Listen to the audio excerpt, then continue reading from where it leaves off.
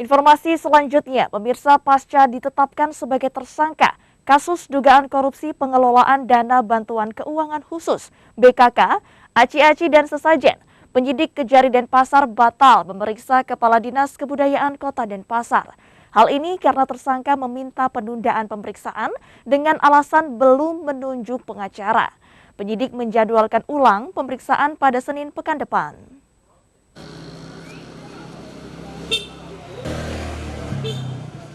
Setelah memeriksa 100 saksi, Kejaksaan Negeri Denpasar menetapkan Kepala Dinas Kebudayaan I Gusti Ngurah Bagus Mataram sebagai tersangka kasus korupsi pengelolaan Badan Keuangan Khusus Aci-Aci dan sesajen.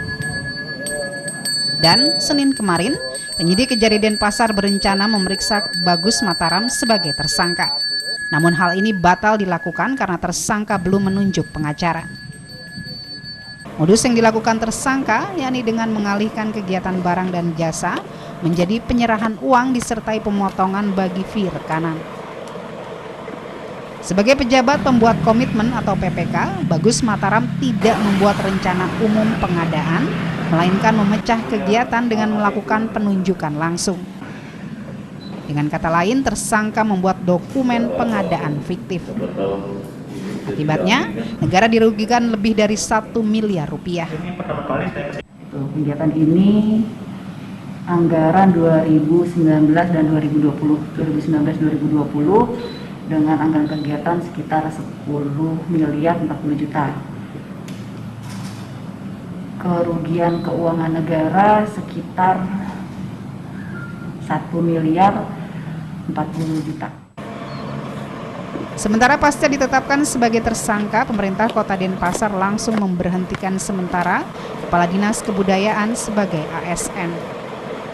Pemerintah Kota Denpasar tentu menghormati proses hukum yang sedang berjalan di Kejaksaan Negeri Denpasar. Jadi sikap Pak Wali Kota dan jelas bahwa kita serahkan kepada mekanisme dan proses hukum yang sedang berjalan di Kejaksaan Negeri Denpasar. Alasannya agar dapat fokus menghadapi kasus yang menjeratnya. Sementara untuk pelaksana tugas Kadis Kebudayaan, untuk sementara dijabat Asisten 2 Anak Agung Gede Risnawan. Dari Denpasar, Muhyiddin Ainus melaporkan. Ya pemirsa, untuk mengetahui lebih jelas kasus dugaan korupsi yang dilakukan Kadis Kebudayaan Kota Denpasar, saya sudah tersambung dengan Kepala Kejaksaan Negeri Denpasar, Yuliana Sagala. Om Swastiastu, selamat pagi Ibu. Om Swastiastu Ibu, selamat pagi. Baik Bu, ini terkait dengan penetapan Kadis Kebudayaan Kota Denpasar Bu sebagai tersangka. Ya. Kapan yang bersangkutan akan diperiksa Bu? Terhadap tersangka telah dilakukan pemanggilan dan pemeriksaan hari Senin kemarin, tanggal 9 Agustus 2021, sekitar pukul 9 WITA. Okay. Namun pada saat itu tersangka itu belum didampingi oleh penasihat hukum sesuai dengan pasal 54 KUHP, makanya kami meminta untuk tersangka didampingi oleh penasihat hukum selama tingkat pemeriksaan. Oke, baik. Dan kemudian mungkin sebelum lanjut lagi nih Bu, bisa dijelaskan modus yang dilakukan tersangka ini seperti apa sampai merugikan negara lebih dari 1 miliar rupiah Bu? Jadi gini, modus yang dilakukan oleh tersangka dalam kegiatan pengelolaan dana bantuan keuangan khusus atau BKK dari Pemprov Bali dan Pemkot Denpasar melalui Dinas Kebudayaan Kota Denpasar dituangkan dalam daftar pelaksanaan anggaran atau DPA tahun 2019 dan 2020 dalam bentuk kegiatan belanja langsung berupa belanja barang yakni aci-aci dan sesajen. Bahwa dalam pelaksanaan pengadaan barang tersebut tersangka selaku pengguna anggaran dan pejabat pembuat komitmen tidak melaksanakan ketentuan mengenai pengadaan dan barang dan jasa pemerintah tersebut. Dan kemudian Bu, dalam kasus ini tersangka ini juga merangkap sebagai PPK. Lantas apa tujuannya sebenarnya beliau merangkap sebagai PPK dan juga pengguna anggaran Bu?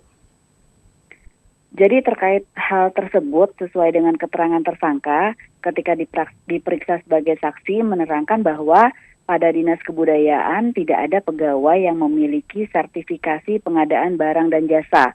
Sehingga kepala dinas mengangkat dirinya sebagai pejabat pembuat komitmen atau yang kita sebut PPK. Nah, selanjutnya kewenangan tersebut disalahgunakan untuk kepentingan pribadi. Baik, kemudian dalam proses pemeriksaan ini apakah hanya ada satu tersangka atau nantinya kemungkinan akan bisa bertambah lagi, Bu? Terkait dengan tersangka lainnya, kami masih melakukan pendalaman apakah ada pihak lain yang mempunyai mens rea yang sama dalam tindak pidana tersebut.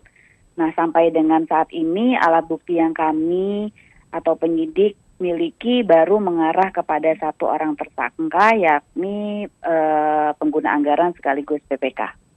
Kemudian kapan kira-kira yang bersangkutan akan dipanggil untuk diperiksa kembali? Apakah menunggu sampai tersangka memiliki penasihat hukum atau seperti apa, Bu? Jadi untuk pemeriksaan tersangka, penyidik telah menjadwalkan pada hari Senin depan, tanggal 16 Agustus 2021, pukul 9 WITA. Oke, baik. Terima kasih atas informasinya untuk Ibu Kajari Denpasar, Ibu Yuliana Sagala. Selamat beraktivitas dan salam sehat selalu, Bu. Terima kasih, salam sehat selalu juga.